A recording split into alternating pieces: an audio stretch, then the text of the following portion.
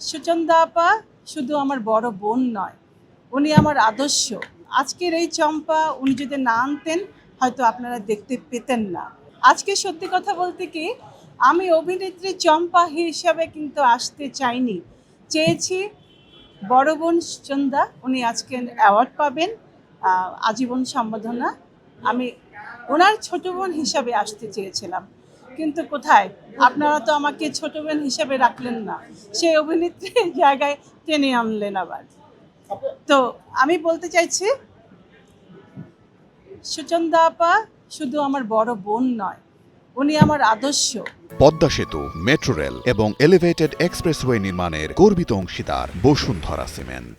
আজকে এই চলচ্চিত্রে আসার পিছনে আমার বড় বোন সুচন্দার অবদান অনেক, পুরোটাই। আর আজকের এই চম্পা উনি যদি না আনতেন হয়তো আপনারা দেখতে পেতেন না।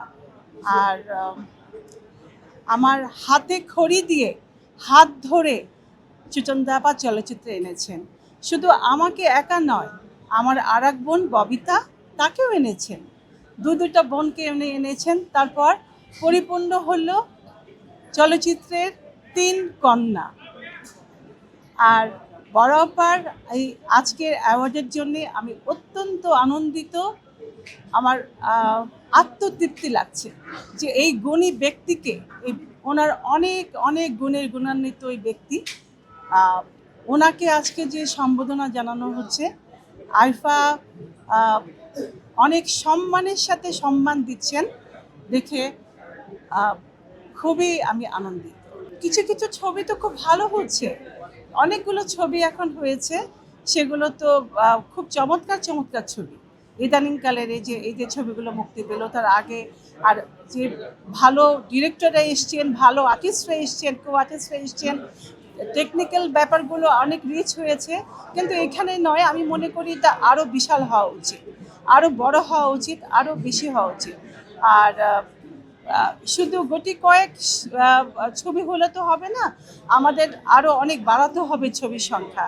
পাশাপাশি যে দেশটি, পাশের দেশটি আগে আমাদের পিছিয়ে ছিল আমাদের দেশ থেকে চলচ্চিত্রের ব্যাপারে, আজকে তারা আমাদেরকে ছাপিয়ে সামনের দিকে এগিয়ে গেছে।